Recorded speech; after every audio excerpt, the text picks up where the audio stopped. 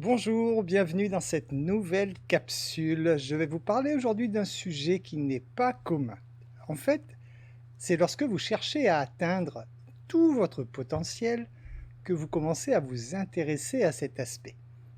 À la fin de cette vidéo, vous saurez pourquoi et comment activer votre glande pinéale. Alors, les gens cherchent souvent à se dépasser, bien sûr, c'est dans la nature humaine, à atteindre des résultats hors du commun. Le problème réside dans le fait qu'ils ne conçoivent pas leur réussite qu'à travers des actions. Ils ne conçoivent, leur réussite qu'à travers des actions. Alors bien sûr, les actions sont importantes et même indispensables, car sans action, il ne se passe rien. Mais les actions consistent à finaliser une énergie qui a été préalablement créée à travers les pensées et les émotions.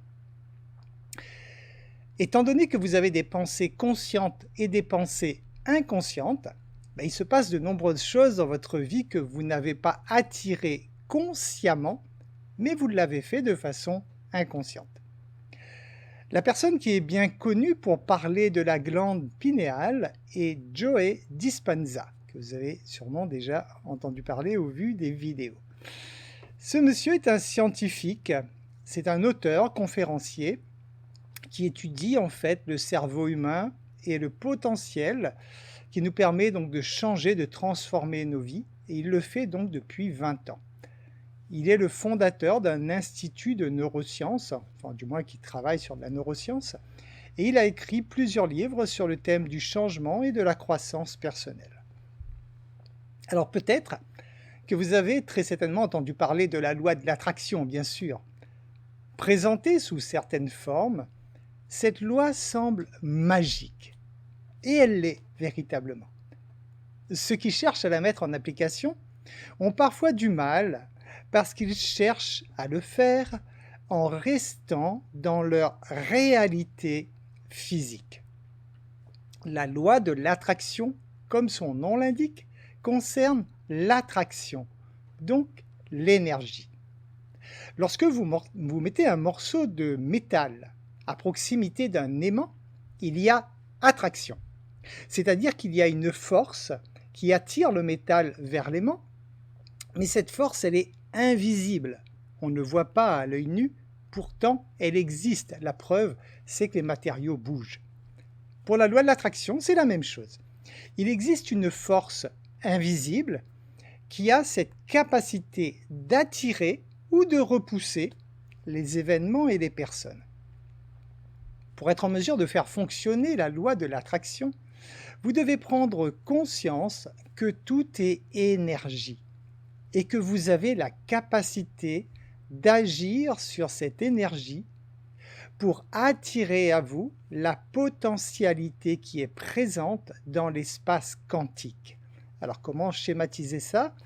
Nous vivons dans cette dimension, nous avons cette capacité à travers nos émotions, nos pensées, nos sentiments, de générer un champ électromagnétique autour de nous. Et lorsque nous sommes suffisamment connectés, c'est-à-dire qu'en fait, lorsque nous parvenons à entrer dans un état modifié de conscience, on accède au monde énergétique.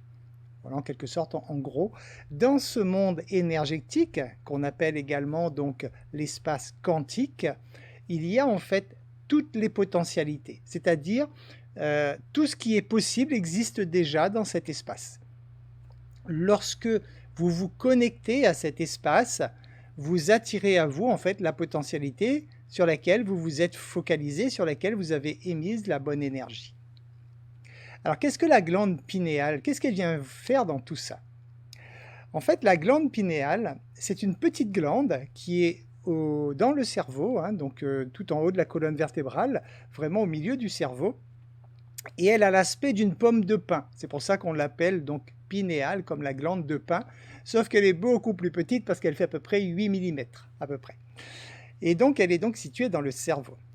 C'est une glande endocrine, c'est-à-dire qu'elle fait partie du système endocrinien, c'est-à-dire que cette glande a la capacité donc de donner des ordres à d'autres glandes pour fabriquer des substances à l'intérieur de votre corps.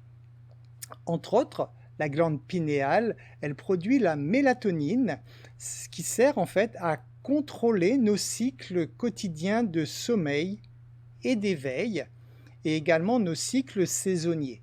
Donc le corps s'adapte aux saisons, elle le fait par rapport donc à cette glande pinéale. Si cette glande sert à régler justement les moments où nous sommes endormis et les moments où nous sommes, on va dire, conscients, en fait cette glande, ce qu'elle a de particulier, c'est que c'est la porte d'entrée en fait pour accéder à l'espace quantique. Donc c'est la porte d'entrée pour accéder au monde énergétique, là où toutes les potentialités sont présentes. Étant donné que cette glande gère vos cycles de sommeil et d'éveil, c'est donc à travers cette glande, entre autres, que vous vous connectez à vos rêves. Lorsque vous dormez et que vous rêvez, la porte d'entrée, ça passe par cette glande. C'est une glande qui se développe depuis l'enfance, bien sûr, depuis tout petit. Par contre, chez l'adulte, cette glande, elle a tendance à se calcifier. Ce qui fait en fait que vous allez perdre cette capacité de fabriquer la mélatonine. Ça peut perturber effectivement des cycles de sommeil, ça peut perturber beaucoup de choses. Sachez que la mélatonine est produite pendant la nuit. Donc il est clair que si vous dormez peu ou mal, votre apport en mélatonine va être moindre. La glande pinéale sécrète également de la sérotonine qui agit sur l'humeur et les émotions. Donc en parallèle, elle agit également avec d'autres glandes pour cela. Alors selon le philosophe français René Descartes, il estimait effectivement à l'époque que la glande pinéale serait le siège de l'âme. Impossible à vérifier à ce jour, mais beaucoup de scientifiques quantiques, entre autres, partent dans ce sens, mais pour l'instant, il n'y a aucune preuve scientifique là-dessus. Selon les cultures, essentiellement bouddhistes, on affecte la glande pinéale au troisième œil. Lorsqu'on parle de troisième œil, que certains appellent d'ailleurs le premier œil, il s'agit donc de la glande pinéale. Alors, selon les cultures, bien sûr, parce que d'autres cultures affectent la glande pinéale, en fait, au chakra coronal. Donc, bon, de toute façon, c'est assez proche, troisième œil, chakra coronal, c'est assez proche. Alors, à quoi elle sert, cette glande pinéale?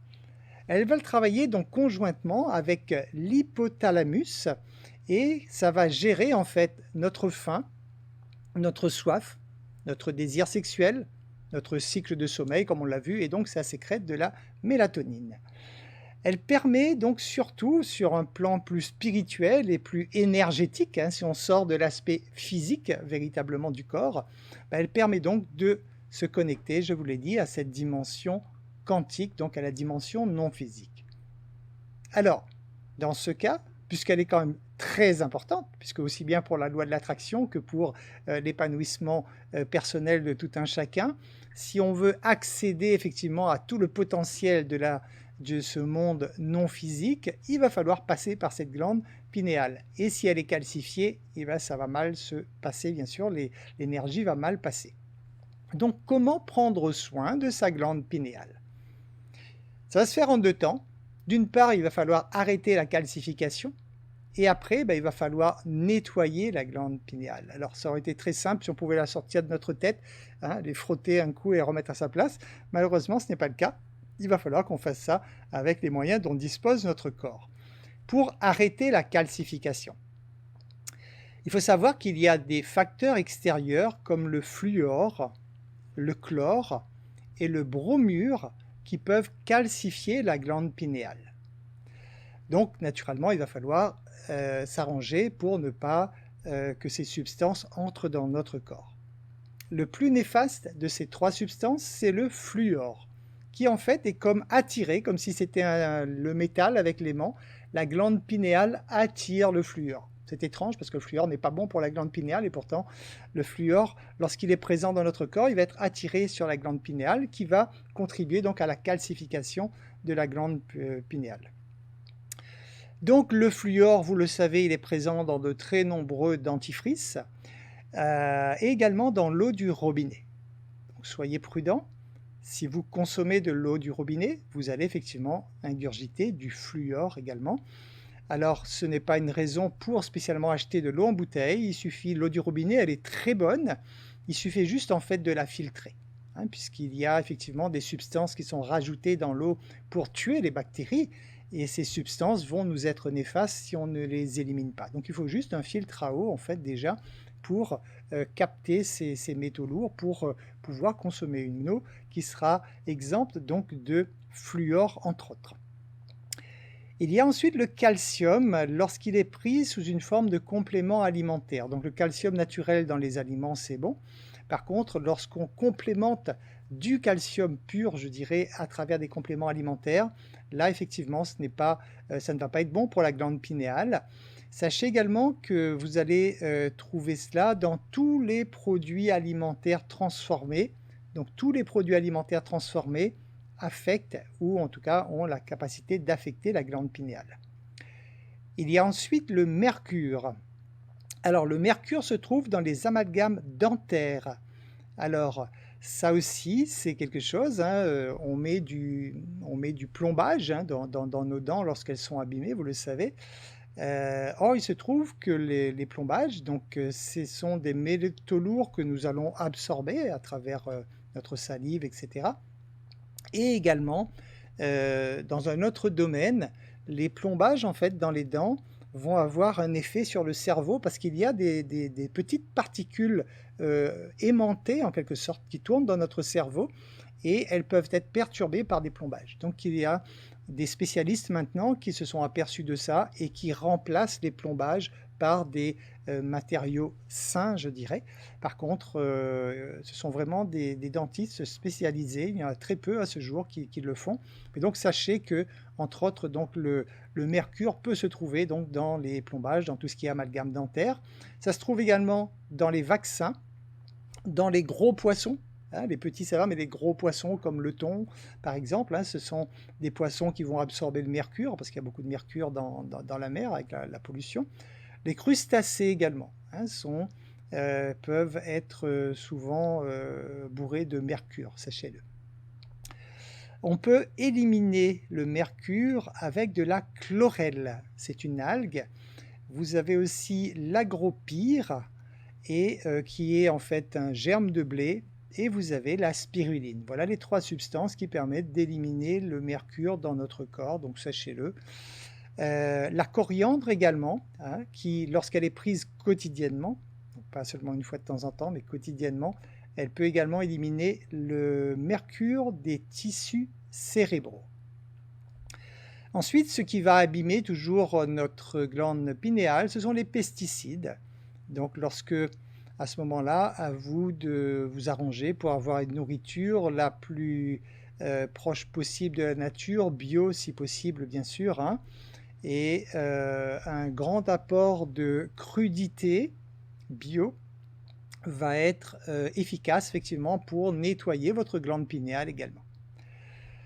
Maintenant, donc, voyons voir hein, donc, essentiellement donc, le fameux nettoyage de cette glande. D'un point de vue général, un régime sans sucre, alors quand on dit un régime, hein, on va dire des habitudes alimentaires plutôt, sans sucre ajouté, sans caféine, sans alcool et sans tabac, ça va nettoyer l'organisme et permettre à l'énergie de mieux circuler dans le corps.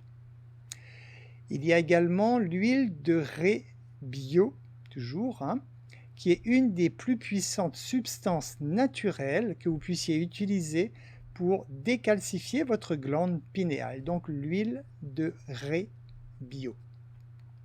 Il y a ensuite quelque chose de sympathique, le chocolat noir, qui va non seulement décalcifier la glande pinéale et en plus la stimuler, mais je dis bien noir bien sûr, pour éviter l'apport de sucre qu'il y aurait dans le chocolat.